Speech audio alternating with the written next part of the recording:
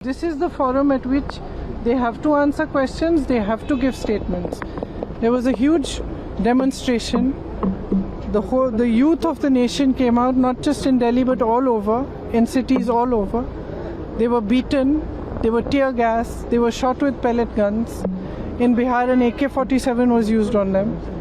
The government doesn't feel that they owe any answer. पूरे देश से चंदा आई थी राम मंदिर के लिए. सब ने अपनी आस्था से, अपने दिल से वो पैसे किसी ने गरीबों ने दिए, इकट्ठे कर करके दिए. और अब कहते हैं कि ये प्रदेश का विषय है, हम जवाब नहीं देंगे. चंदा सारी गायब हो गई है. ये क्या तरीका है? একাধিক ইস্যু রয়েছে বারবারই, কিন্তু বিরোধীরা তারা চলতি অধিবেশনে আপনারা দেখেছেন যে অধিবেশন তুমুল সরগরম হয়েছে এবং তা বাতিল হয়ে গিয়েছে, স্থগিত করে দিয়েছেন স্পিকার। তার কারণ কেন্দ্রীয় স্বরাষ্ট্রমন্ত্রীকে আসতে হবে এবং যে ঘটনা যন্তর মন্তরে ঘটেছে তার বিবৃতি দাবি করেছেন বিরোধীরা। কেন্দ্রীয় স্বরাষ্ট্রমন্ত্রী কিছুক্ষণ আগেই সংসদ চত্বরে দাঁড়িয়ে স্পষ্ট জানিয়ে দিলেন সমস্ত প্রশ্নের উত্তর দিতে তিনি তৈরি, কিন্তু সংসদ চলতে দিক বিরোধীরা। কারা পালিয়ে যাচ্ছে সাধারণ মানুষেরও তা জানা উচিত। কথা বলবো বিজেন্দ্র সিংহ রয়েছেন আমাদের সঙ্গে টেলিফোন লাইনে। বিজেন্দ্র, আজও দেখা গেল প্রিয়াঙ্কা গান্ধী তিনি যন্তর মন্তরের ঘটনা এবং রাম মন্দিরের চাঁদার প্রসঙ্গ, যেখানে কেন্দ্রীয় স্বরাষ্ট্রমন্ত্রীর বিবৃতি, কেন্দ্রের বিবৃতি তারা দাবি করছেন, সেখানে কেন্দ্রীয় স্বরাষ্ট্রমন্ত্রী বলছেন সব রকম আলোচনায় সরকার তৈরি। দেখো, গত সপ্তাহেই সরকার জানিয়ে দিয়েছিল কি স্বরাষ্ট্রমন্ত্রী অমিত শাহ জবাব দিতে প্রস্তুত রয়েছেন, লোকসভা এবং রাজ্যসভা সুষ্ঠুভাবে চলবে, সেখানে তিনি বক্তব্য রাখবেন। কিন্তু বিরোধীরা অনড় রয়েছেন যে তাকে ক্ষমা চাইতে হবে এবং অন্যান্য ইস্যুর উপরে সরকারকে রাজি হতে হবে আলোচনার জন্য। যেমনি রাম মন্দিরে প্রণামী চুরি হয়েছে সেটা নিয়েও তারা ডিসকাশন চাইছেন। গতকাল থেকে যে অবস্থান, একদিকে বিরোধীরা পুরনো অবস্থানে তো অনড় রয়েছেন, এনডিএ সাংসদরাও ধর্ণা দিচ্ছেন। গতকাল তারা ধর্ণা দিয়েছেন, আজকেও তাদের ধর্ণা হয়েছে যে রাহুল গান্ধীকে জবাব দিতে হবে। যেভাবে ঝাড়খণ্ডে পেপার লিক হয়েছে, রাহুল গান্ধীকে ক্ষমা চাইতে হবে, সেই অবস্থানে তারা এখন নিয়েছেন। এই পরিস্থিতিতে আজকে লোকসভা রাজ্যসভা বসার পরেই দুটো অব্দি অ্যাডজার্ন হয়ে গেছে। দুটোর সময়, যেটা গত কয়েকদিন ধরে আমরা দেখছি, হই হট্টগোলের মধ্যে হয়তো কয়েকটা বিল পাস হবে এবং তারপর হাউস অ্যাডজার্ন হয়ে যাবে। বিজেন্দ্র, তুমি আমাদের সঙ্গে থাকো। রাহুল গান্ধীকে জবাব দিতে হবে। গতকাল থেকে আপনারা দেখেছেন যে বিজেপি সাংসদরা তারা কিন্তু ঝাড়খণ্ড ইস্যুতে সরব হয়েছেন। অন্যদিকে চলতি যে বাদল অধিবেশন চলছে, যা এই সপ্তাহেই শেষ হয়ে যাবে, সেই অধিবেশন কিন্তু বারবার মুলতবি হয়েছে, বারবার স্থগিত করে দিতে হয়েছে স্পিকারকে, কারণ বিরোধীরা তারা হই হট্টগোল করেছেন। কেন্দ্রীয় স্বরাষ্ট্রমন্ত্রীকে আসতে হবে এবং যন্তর মন্তরের সামনে জেনজির আন্দোলনে লাঠিচার্জ কার অনুমতিতে হলো, কে নির্দেশ দিয়েছিল, এই উত্তর তারা চেয়েছেন এবং অযোধ্যার রাম মন্দিরে প্রণামী চুরি নিয়েও কিন্তু কেন্দ্রের কাছে উত্তর তারা চেয়েছেন। একেবারে কেন্দ্রীয় স্বরাষ্ট্রমন্ত্রী তিনি স্পষ্ট জানিয়ে দিয়েছেন আজকে দুপুর 3টে থেকে অধিবেশন শুরু হোক, কাল দুপুর 3টে পর্যন্ত আলোচনা হোক, 3টের সময় তিনি সমস্ত প্রশ্নের উত্তর দিতে তৈরি। যে আলোচনা তারা চান, যে আলোচনা বিরোধীরা চান না, সেই প্রশ্নের জবাবও দিতে সরকার তৈরি রয়েছে। নিশিকান্ত দুবে তিনি কি জানিয়েছেন এবার দেখুন।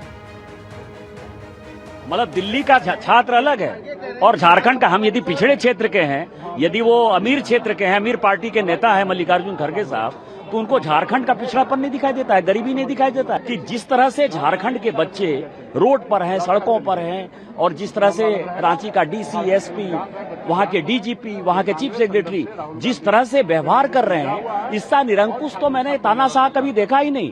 धर्मेंद्र जो मुख्य आरोपी है, वो वहां के जो सबसे शीर्षस्थ पदाधिकारी हैं झारखंड के, उनके घर से पकड़ाया।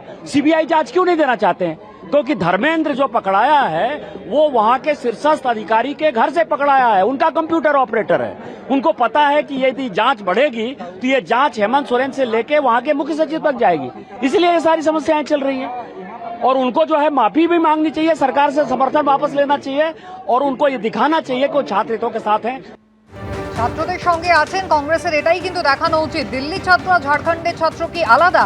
ঝাড়খণ্ডের ছাত্রদের গরিবীকে দেখতে পান না মল্লিকার্জুন খাড়গে? নিশিকান্ত দুবে তিনি কিন্তু এই প্রশ্ন তুলেছেন। হেমন্ত সোরেনের শাস্তির তারা দাবি করছেন, তদন্ত এগোনো উচিত এবং তাহলে কিন্তু একের পর এক বড় মাথা ধরা পড়বে, এমনটাই কিন্তু তার দাবি। এবার আপনাদের দেখাবো মহুয়া মৈত্র, কালীঘাট তৃণমূল সাংসদ, কি বলবেন।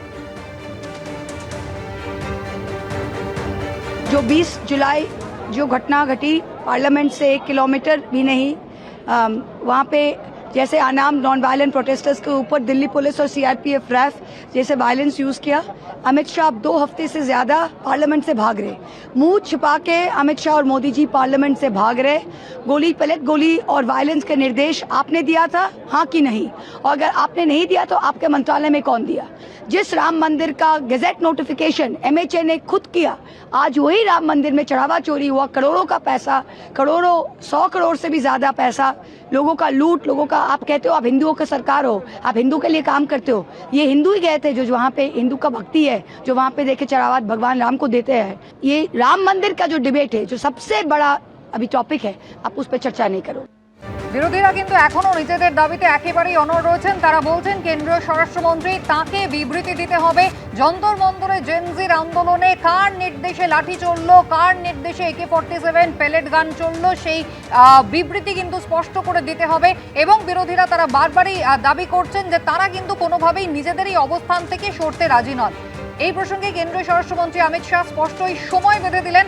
আজ দুপুর 3টে থেকে কাল দুপুর 3টের মধ্যে আলোচনা চলতে পারে। তিনি সমস্ত প্রশ্নের উত্তর দিতে তৈরি রয়েছেন। আর এই নিয়ে কালীঘাট তৃণমূলের সাংসদ সৌগত রায় কি বললেন তার আগে আপনাদের শুনিয়ে দেবো কেন্দ্রীয় স্বরাষ্ট্রমন্ত্রী কিছুক্ষণ আগে সংসদ চত্বর থেকে কি জানান।